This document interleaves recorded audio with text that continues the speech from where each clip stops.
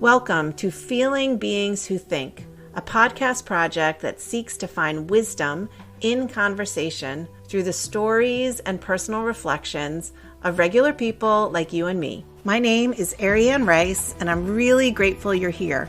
So let's get started.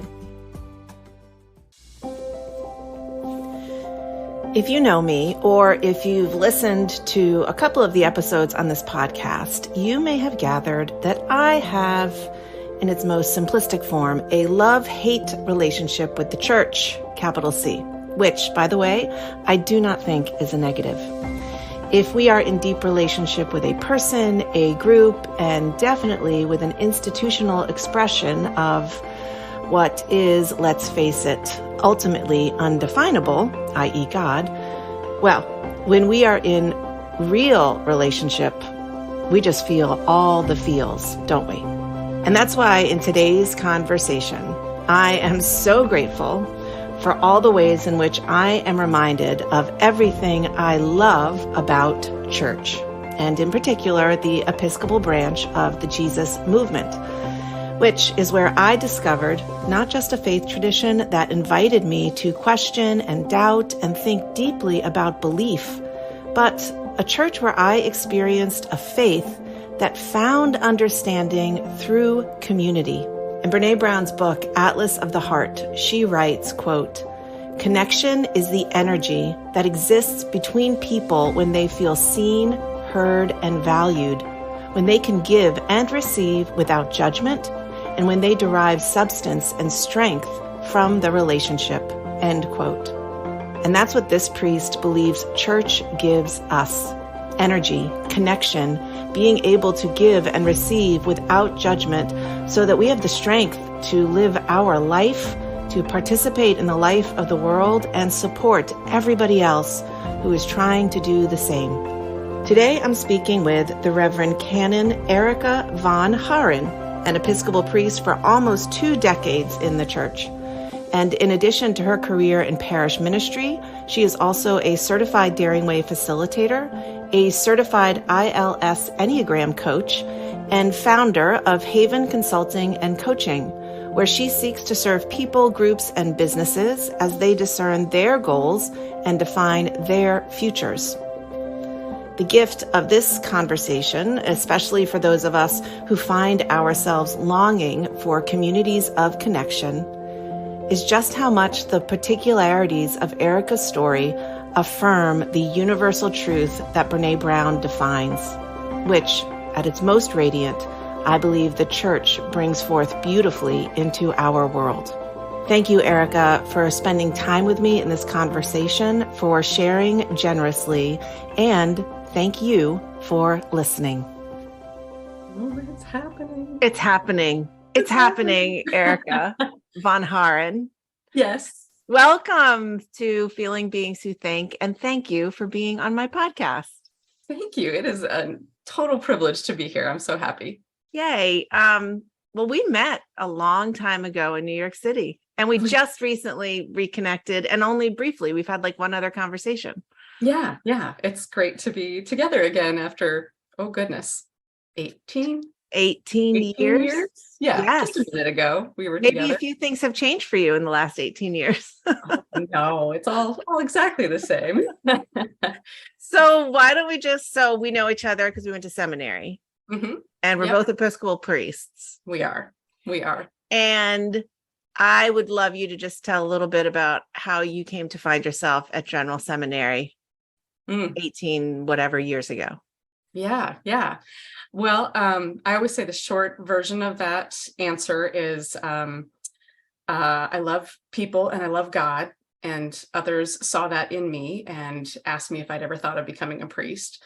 And I always say the first time somebody asked me that, I laughed at them. I was like 19 and didn't think about it again for another few years. And then like 3 or 4 years later, my college chaplain asked me about it. Then I cried when she asked me about it. And I thought, oh, maybe that needs to be explored a little bit. And so I did, and discerned through my campus ministry, stopped discerning because it didn't go well. I couldn't articulate myself. I couldn't find the language to put on my call. And I felt that and they felt that. And so we stopped. And it was the greatest Holy Spirit moment ever. We were all so happy to stop Wow. the Okay, process. wait. I have to slow us down because Sure. I can't imagine a world where when I was that age and in college, becoming a clergy person would ever have occurred to me in a million years. So what's a little bit more about the context for you at that time in your life and the spirituality or faith that you came from? Sure. That had somebody even reflect those things back to you at that time? Yeah, I consider myself lucky because I am a cradle Episcopalian. We are few and far between. You are. And I think you're one of And like 3 that I know. yeah. My dad was raised half German Lutheran, half Jehovah's Witness in Germany. Huh. My mom was raised a whole variety of things. And then her mom picked the Episcopal church in their little town because it was the prettiest one. So when my dad and she got married, he was happy to just kind of leave the divided thing alone and join into the Episcopal church. And so I've always been that. So And where was this? Like what part this of was the in country? Minnesota. Minnesota. Okay. Yeah. So they raised us in a tiny church in a tiny town called Lake City. And that community was our family because my dad's family was all really far away. My mom's family was a little scattered.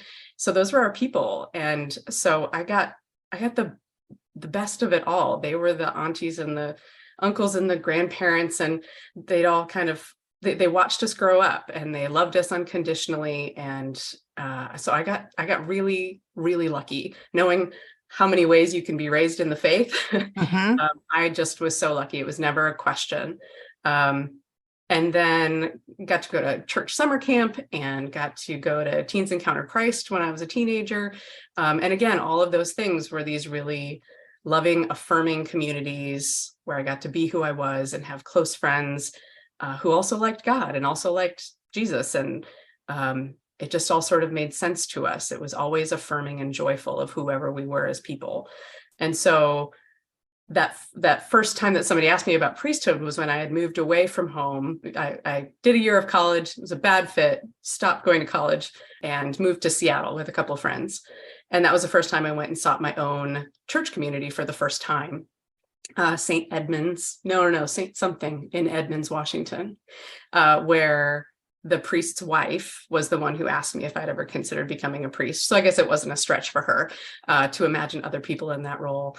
But they adopted us because they saw these like 19-year-old girls in the pew, which is weird. Yeah, they're like young adults. Come on in. Right, exactly. So they were just so dear and loving. And then that just became a pattern of finding church communities. So when I went back to college at the University of Minnesota in the Twin Cities, I looked up whether there was campus ministry, and there was. Walked in, I always remember I walked in that first night, because of course it's in the evening, never in the morning. Thank God for campus ministry. And there was one of my old friends from church camp and from Teens Encounter Christ standing at the top of the stairwell. And I was like, oh, I'm home. Okay. So yeah, I had just wonderful times, did a lot of travel with, doing service trips around the world, which was really great and fun. So everything just kept affirming my faith, and it was all in community. So a couple of things, like I keep just wanting to drill deeper into what you're telling me, Yeah. because, just as it's unusual to meet people who are cradle Episcopalians, it's also unusual when people talk about their religious upbringing for it to be a really affirming experience. And you've used that word a couple of times. Mm-hmm. Yeah. It is weird. Yeah. And you talked about, being a person who loves God and loves people. So what was affirmed in you through these communities? And when you say you love God and love people, what does that mean? I'm not even necessarily sure it was about me feeling affirmed. It was seeing that others were too. I mean, I remember in this small town, our family friend's oldest son came out as gay in the mid 80s, and the church was fine. The church was okay, and they loved him, and his family loved him, and we loved him, and how monumental that was in that moment. And so I knew that the church was safe. And so then throughout time, whenever it may not have felt safe, I knew that that was wrong, not normal, And so it was affirming that people could be people, and especially being raised in it, that that all of our young antics and silliness and, craziness and bad choices and weird choices. And, if I wanted to wear my Doc Martens and weird clothes and whatnot to church, like it was fine because I was there, I never felt less than in the church context. And I never felt like I had to fix myself or become something else. And it was great. And then, all the kids that went to Teens Encounter Christ, we were all sort of these little punky alternative 90s kids, it was, there were some straight-laced folks too, but there just was room. I've always loved that about the church. And then when I say I love God and people, I think I love God because I got to see that. I think that's so defining of why I'm able to love God so fully, because that fullness of creation was, I always got to access. I always got to see the fullness and the love of diversity of God's creation. And so I could celebrate how diverse God has made us and never question that. So what you're describing to me, I don't find most people get something like that. I know. Yeah. Yeah. And the older I get, the more I encounter people who definitely have not had that. And if you spend any time on evangelical deconstructive TikTok, yeah, I know how lucky I am. I know at a very deep soul level how lucky I am that God was always mine, that God was always for me, never against me. And it's joy. So I never have weight to carry about who I am. I know I'm going to be loved, period. I know that there's nothing I can do separates me from the love of God. And so that's also true for others, period. Is that what, when you cried about, somebody seeing something in you about that, what was monumental that moved you when somebody saw that you felt eventually called towards? Well, I think I felt very honored that someone saw that ability in me to draw people together. I don't know that I saw myself as a leader yet, but it was very humbling to be seen as somebody who could potentially lead and who was sharing love in a way that could be useful and good to the church. I certainly struggled. I was 22, 23, 24 at the time. I can't remember, but what did you even think a priest was? Well, I'd seen a lot of different priests. I'd known a lot of different priests. I knew it was a community leader of sorts that they could preach and teach. I think it was humbling too to imagine that people would want to hear my voice in the world that way. Yeah, humbling, intimidating too. I think I certainly was an insecure 20-something too. So I had to struggle with that a little bit before actually diving into discernment. And it was very sweet. I was living with 4 girls at the time. And one of them was, at the very most agnostic. And when I talked to her about it, she's like, no, I could see that. I could see that. And I think it could be good. And just to have somebody from outside be able to affirm it too was encouraging, that I was a person that she felt safe with as an outsider to the church, and that it wouldn't be, I don't know, I think it can be painful for those who have been hurt by the church to hear somebody wanting to engage the church more, and it wasn't for her. And so it was just a joy to get to have that feedback from her. Did you bring it to your parents right away or your family? Pretty quickly. Yeah, we're pretty close. And so, I should say my mom is a deacon in the church and has been since 1986. So that was part of also growing up in the church, and all of that, was having that exposure. And so they were delighted. So yeah, I was lucky to get support from every side. Okay. So then you said the greatest Holy Spirit moment was that pause.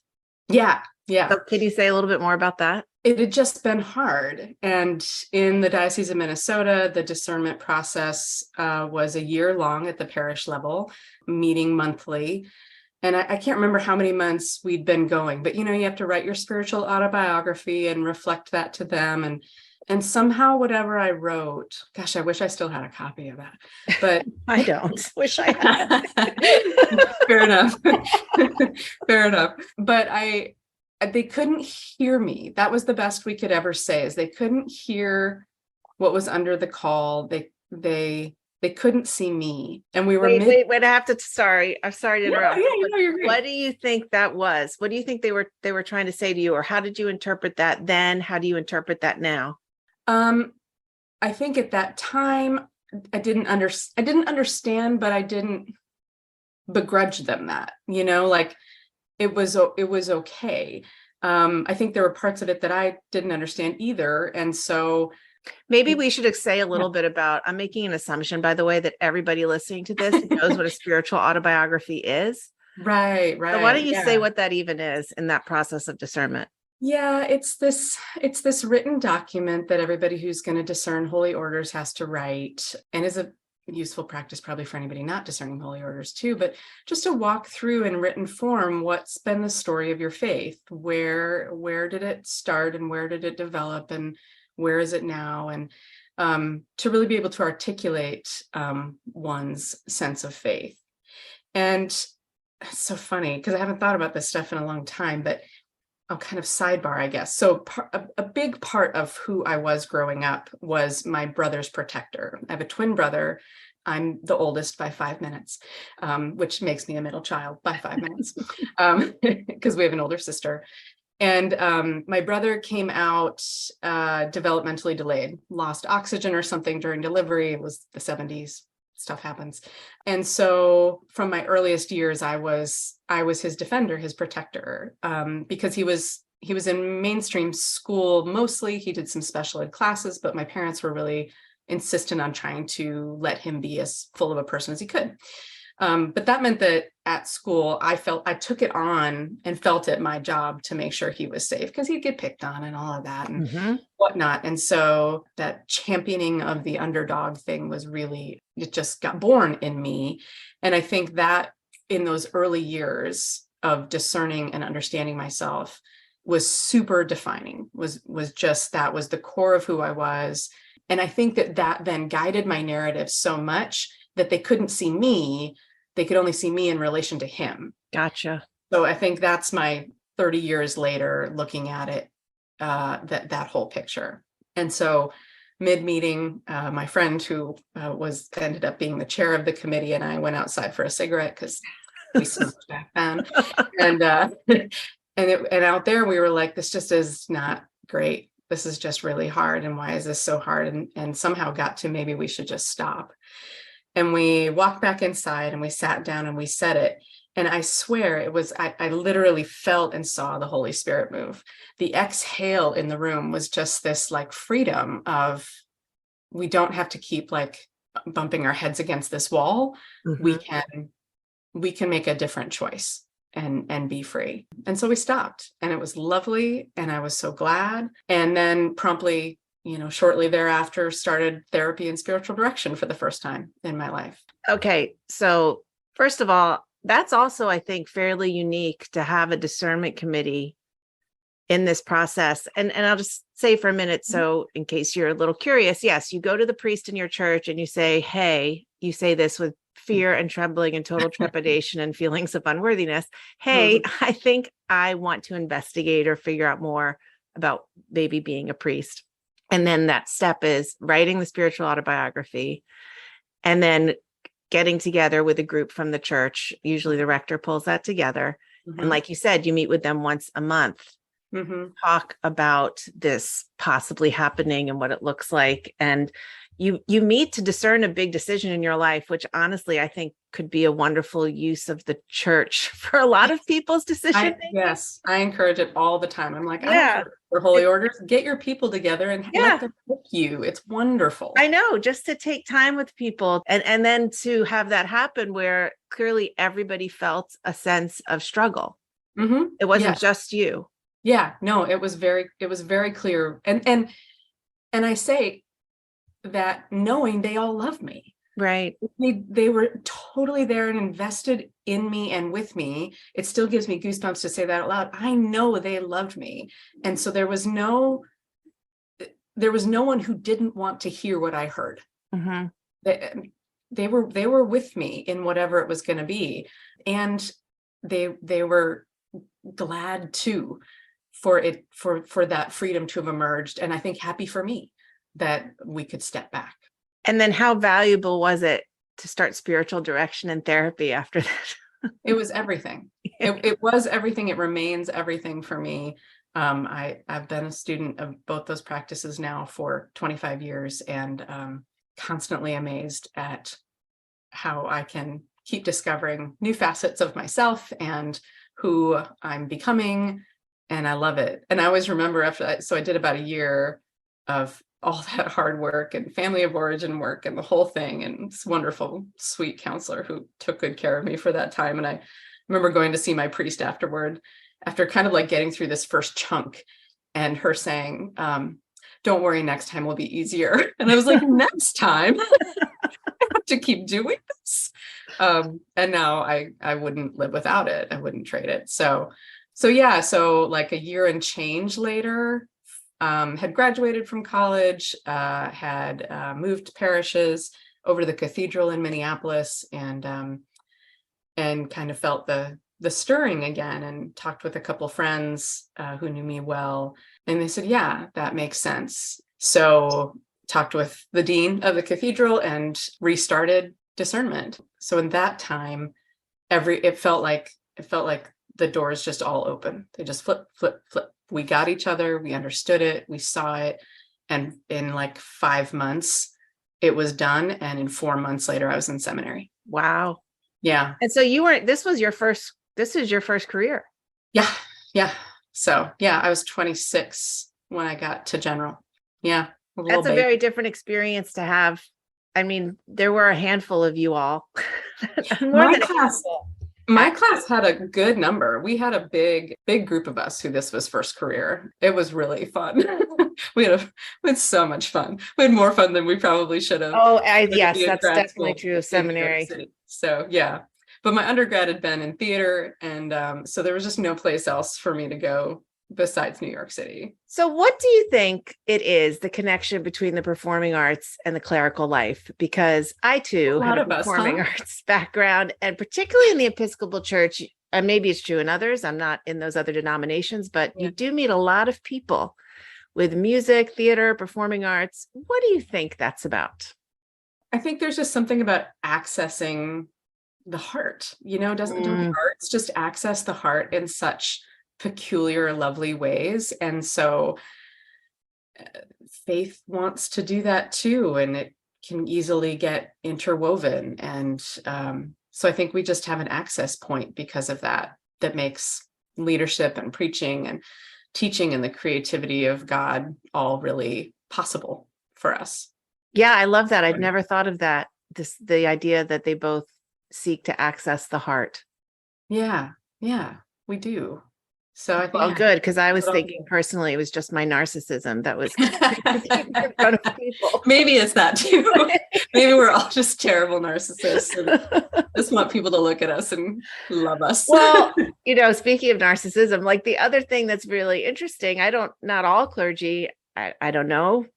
I don't ask this question of all clergy I know, but I do think some of us really take seriously the idea of self-exploration as a never-ending task and delight sometimes, in terms of if we're going to do our job well, we have to almost constantly be plumbing the depths of our own experience to understand our motivations. And well said. And I couldn't do the work without doing the work. And I was really lucky when I came out of seminary to end up at a place where my rector valued that highly as well. And one of his lines that always sticks with me is, you got to know your basement. If you don't know your basement, you'll get kicked down the stairs by parishioners. They won't even know they did it. But you'll end up down there and you won't know how to get out. So you got to know what your basement is. So never stop exploring. And then he always raised up any of the stuff I wanted to do, always encouraged it, always said yes to it.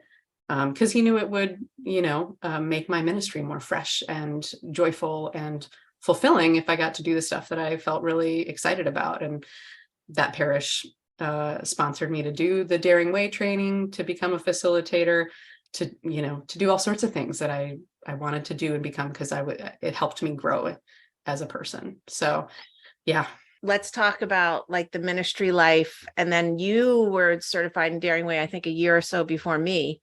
Yeah, So I'm curious to know how ministry broke you down to call you in. Yay.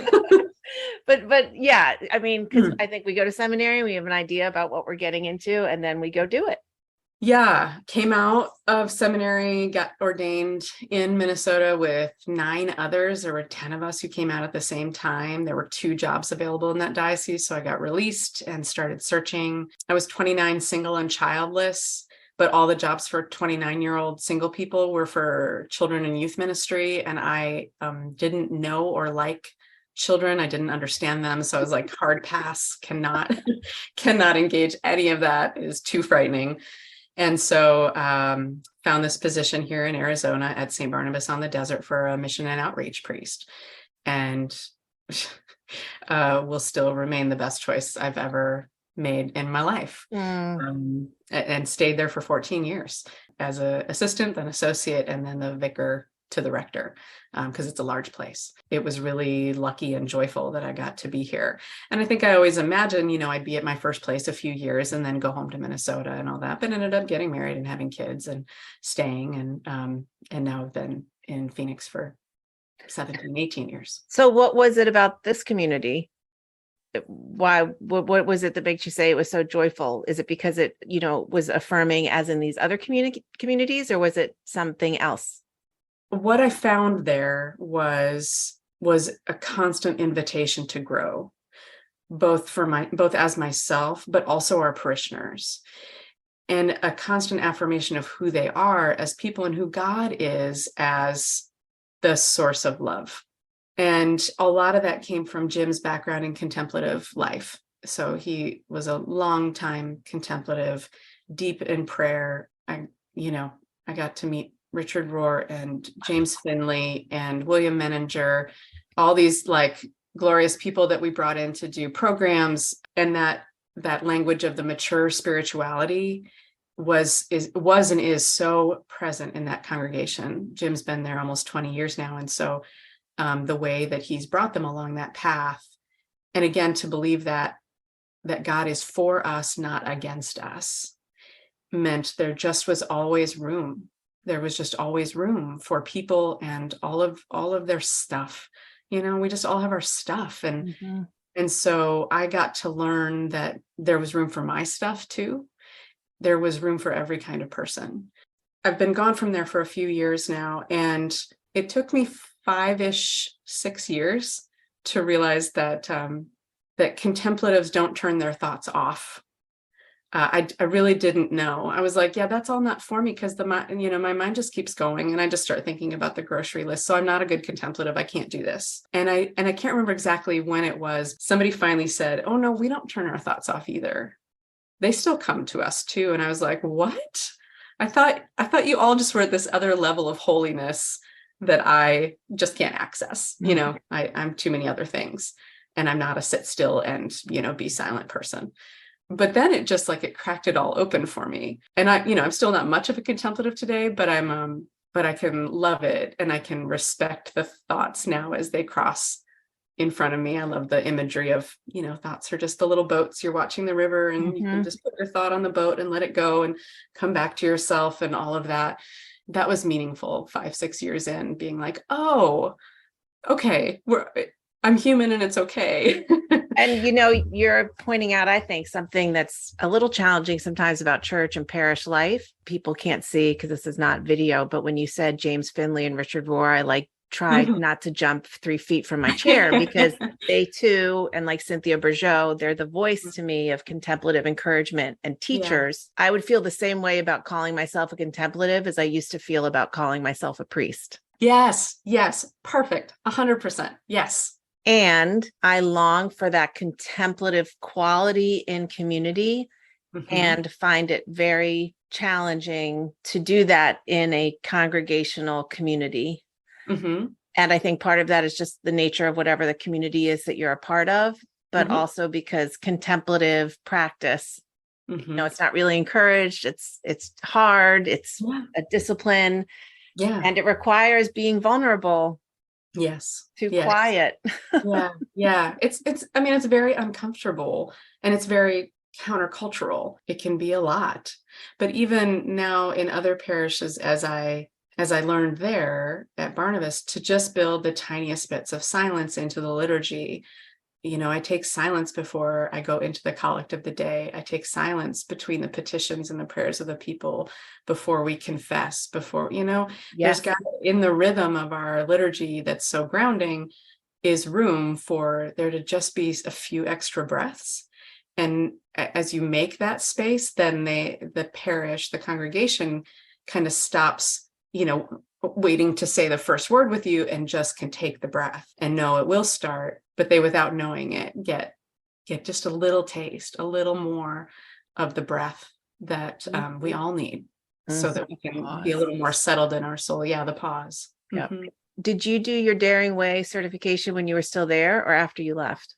No, while I was still there. I did it in like 13, 14. Yeah, my therapist had turned me on to Brene Brown and her TED Talk and all that stuff. And I was like, oh, that's it right there. The power of vulnerability and all of this worth and shame and everything she was singing my song, or a song I wanted to know at least. I was like, ooh, okay. I mean, in spite of everything, and all the affirmation and whatnot, great issues with self-worth and all of the rest. And I was just hooked.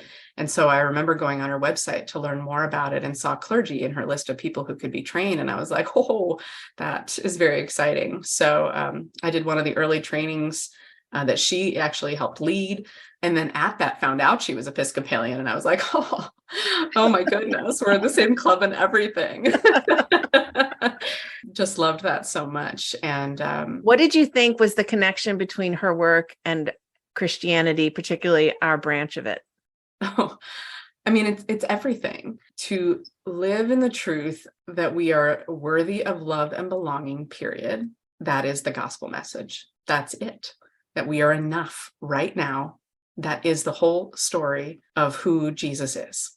And I just am astonished often at how many people never got to know that in their church upbringings. It absolutely breaks my heart. And so to get to be a person who says, here is what the gospel is, and your worth is not in question and never will be, period. I don't care what you think you've done wrong or who you think you should be. You're worthy right now, period, of love and belonging. And I love that message. I'd love to get to share that message. There's no greater privilege in life than getting to share that. So what prompted you to stop sharing it at Saint Barnabas and move out from there? Finally seeing myself as a leader and wanting to go express that in the senior leadership spot, which had looked like, trying for a few rector roles over the years, and even kind of as a Hail Mary petitioning into the bishop process in the Diocese of Minnesota, because that is the land of my heart and where my people are and where I'd love to be. And so even though I knew, as a petition candidate, it would never happen, but still tried and it was okay. And so then moved out, actually through coaching, having my own coach say, you kind of want to do all these things where you want to help people through the Daring Way stuff, through the Brene Brown stuff, maybe do some consulting because you developed all these skills at this parish during all this time. But also wanting to keep a foot in church. So she was like, what if you looked at half and half? What if you split your ministry? And so talked to my bishop, who was wonderful. And she had a half-time position for me as an interim. And so I took that and left in October of 2020, which is actually really hard to have a going away party after 14 years on Zoom. It's a bruiser on the heart, but it was the right thing because I needed to go stretch my leadership legs and see what it could be. And it was really joyful. So yeah, I did some consulting and branched into some coaching stuff, became an Enneagram coach as well. And yeah, a whole kind of weird, diverse collective of things, some small business coaching, some parish consulting. So, and then doing this interim halftime at a young parish in Gilbert, Arizona called Resurrection, 6-7 years old. And their founding vicar had left. And so I was interim vicar for about 15 months there. And why don't you say a little bit about what interim work is? Because people won't know what that is either. I mean, I can tell you what I think it is to me. I'm not trained through the interim network or anything. Mm-hmm. But for me, it's holding space and holding space for the people who are there in a loving way, who are going through a process of change and grieving of the loss of a former leader.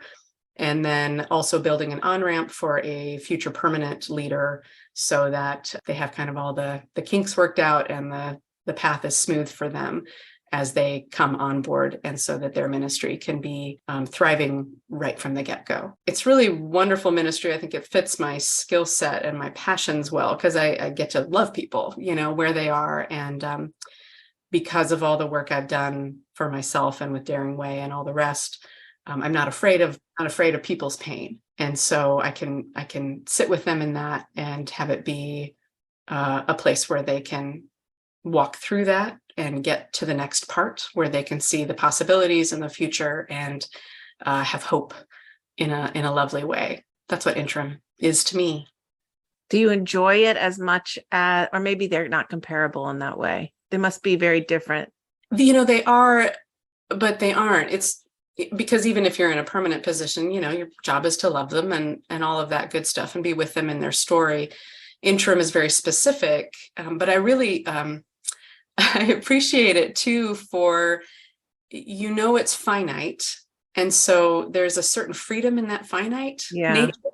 That means you can push a little bit harder, a little bit faster, and say, let's say the hard things. Come on, let's name it. Let's be real about it as you kind of unearth the stories. The place I'm at now is, I've been for almost a year. They went through a split in 2006 due to Gene Robinson. Mm-hmm. And it has not been part of the narrative they talk about for themselves. I think there's been shame there and embarrassment that happened. And can you say a little bit about what that is? Not everybody knows what that means. Yeah, that Gene Robinson was made a bishop in the Episcopal Church in 2003, the first openly gay bishop in our church, which caused a little ruckus. Yes, it did. And there were many splits. There were dioceses who left. There were churches that left. There were people that left because they couldn't abide that. I celebrated it. I and a group from seminary all took buses up, vans up to New Hampshire to see it happen and celebrate it. And so it's been joyful. This parish had a good number, including the rector, be against that. Eventually kind of took their marbles and left. And it was painful. It was painful. Yeah. But what I've been trying to articulate with them is, look how you stood on the side of love. They left to keep things and God's love confined to certain people or to a certain orthodoxy that they've decided is orthodox. You stood on the side of inclusion and welcome and love and grace and openness and the church. And I talked about it with them at their annual meeting, and several people were in tears. And I don't know how many conversations they'd had before, but it was such a privilege as the interim to come in and say, "You're good. Do you see that you are good? And yes, this hard thing happened to you. And yes, it's defining, but it's defining as good. And so remember your goodness in this, that it's beautiful what you did and how you stood. And yes, there are hard times you're dealing with and financial challenges and the rest, but it's on the side of mercy and it's on the side of love and who Jesus is. So you need to celebrate that story, celebrate that chapter and see it as your strength and not your weakness." I don't know why exactly this question is occurring to me in this moment, but I am curious, how much of telling people or trying to mirror to people or articulate to people their worth and their goodness do you think comes from being a protector that you were talking about earlier? It's probably all deeply connected. Yeah, it's probably all deeply connected. It's funny, as I've done my work and come to know myself better, I don't lead often with the story of my brother. And it used to be my only lead, which again was the issue for the discernment committee, right? But yes, it'll always be in me to be champion of the underdog. And that we kind of all carry an underdog in ourselves, right? That we sort of want to we sort of want to orphan that part of ourselves and not be as prevalent as the parts we would call good or strong or something. And so the opportunity is to sort of integrate the two and allow our wholeness, right, to be of God, to be holy and blessed, and see the whole thing is all important, is all vital, is all beloved. Right. And there is something really meaningful about being the person in the community that in some ways has the authority. Right. Seen as the person who can claim that voice. So that people at annual meeting can be back in that space of recognizing what a hard choice it was to choose love, and how courageous it was, and how painful, because they were at odds. Right. And there was a split. Yeah. They lost part of their family over it. And if we could live out of the good, listen to the good. I was listening to your episode with Mark Collins a few weeks ago, and that lovely comment he had about how if it's your deepest desire, that's God's deepest desire too. But I just was so captivated by that, and how we've so been taught to mistrust those voices inside us. We've so been taught that if we've had the thought that it's selfish or wrong or whatever your name for it is, that makes it incorrect somehow. And that if it doesn't happen, like somehow in the context of, I don't know, kneel down by the side of the bed prayer, that it's not adequate, or it's not of God. And we forget that everything is prayer, that God is always speaking to us, that God is always present within us. God is always guiding the way.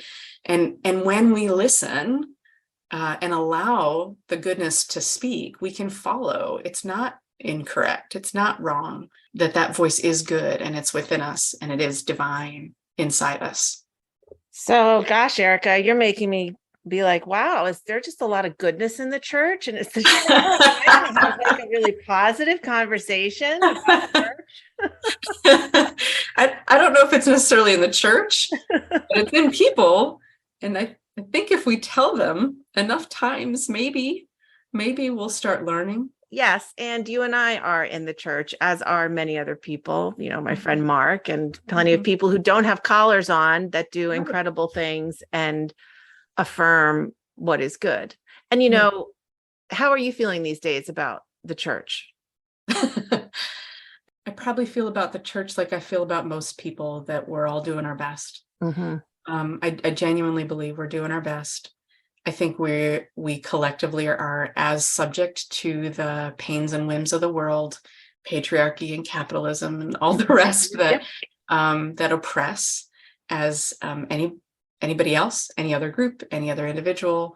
We're all subject to that, and I feel a weariness, I guess, about that, and a desire for us to be liberated, a desire for us to step back from the maintaining of properties and all of that. And I want there to be a way to just start house churches again, have actual Christian community again. That's not about pledging units. It's not about how many formation classes we offered. It's just about being a people of love together. So I think we're lovely. I think we're purposeful. And I love us, and I couldn't live without us too. The rhythm of weekly worship together will always be in my bones. Yeah. So I never want to be without, and I want more for us. I want more for us as church. Well, that's good. Don't you think God wants more for us too? Like, I think so. Yeah. I think so. In like the best sense, not more like prove yourself more, but more like there's more goodness there. There's more goodness than you realize. Absolutely. Yeah. That there's more intimacy available. There's more freedom to be the person you are, not the person that culture says you should be. I think that too comes just with being in my 40s and a woman who's shedding a lot of shit, about the world right now, and trying to find, who I am next and where I'm becoming. And I think if I'm doing that, I'm certainly not the only one. And I think the church can be valuable to that, but we have to kind of get out of our own way a little bit too. So yeah, I'm not sure where all we're going, but I think we've worked really hard to be a place of love. And I'm so honored that a lot of ex-evangelicals deconstruct into the Episcopal Church. It is an absolute honor for them to find their way to us as a safe, meaningful place for their faith to grow. I'm just so deeply humbled by that for us. Well, thank you very much for sharing some of your story and your wisdom. And, shout out Episcopal Church, because I think you heard some pretty positive message here, which, hey, I thank you just for me personally, because I appreciate having a conversation that's focused on all the goodness that is part of this branch of the Jesus movement. Like you, I love it too. Yeah. Well, thank you. It's an absolute joy to get to chat about stuff we love together. I know. Good to be reconnected all these years. Well, thanks. Until next time. Thanks.